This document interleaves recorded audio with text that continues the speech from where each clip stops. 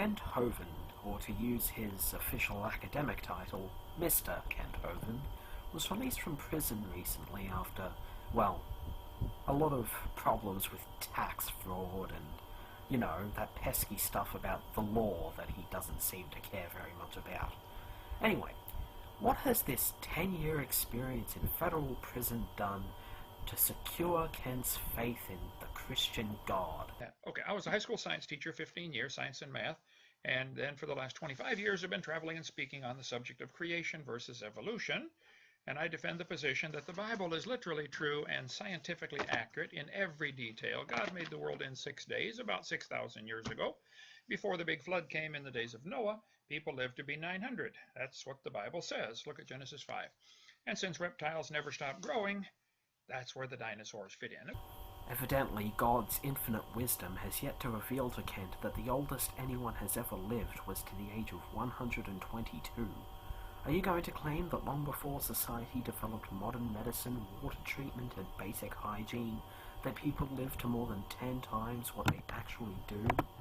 And I defend the position that the Bible is literally true and scientifically accurate in every detail. Does that include the belief that snakes can talk and that people can be told to do things by bushes and that you should kill your son if a psychopath in the sky tells you to? And since reptiles never stop growing, that's where the dinosaurs fit in. First of all, evolution doesn't say anything about species suddenly morphing into another species just because they live long enough. Evolution explains the diversity of species due to environmental changes that have impacted on their genetics. It has nothing to do whatsoever with a Jackson chameleon suddenly morphing into a triceratops after 900 years. But surely, nobody would be stupid enough to believe that a Jackson chameleon could suddenly turn into a triceratops if you let it live long enough, right? You can get these Jackson chameleons right now at the pet store. What's he going to look like at about 15 tons? Probably some kind of triceratops.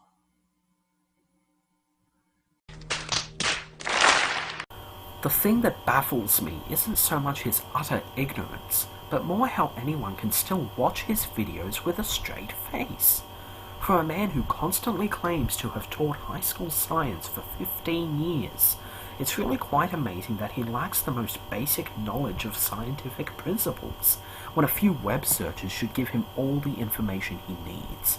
But then, it's not really that surprising, given that Kent's supposed PhD was achieved at Patriot Bible University, a diploma mill with no on-campus facilities, and does nothing more than discredit people who actually achieve their degrees through online correspondence while putting in all the years of hard work required. This is a man who so gladly flaunts his ignorance and spits in the face of scientific inquiry. A man who is obviously so uneducated, yet wants to put himself on the same level as people who worked harder on getting their qualifications than he has ever even dreamed. A man who is so out of touch with reality that he believes a chameleon could morph into a triceratops if it lived long enough. A man who is more than happy to complain about everything science has provided him without a shred of evidence.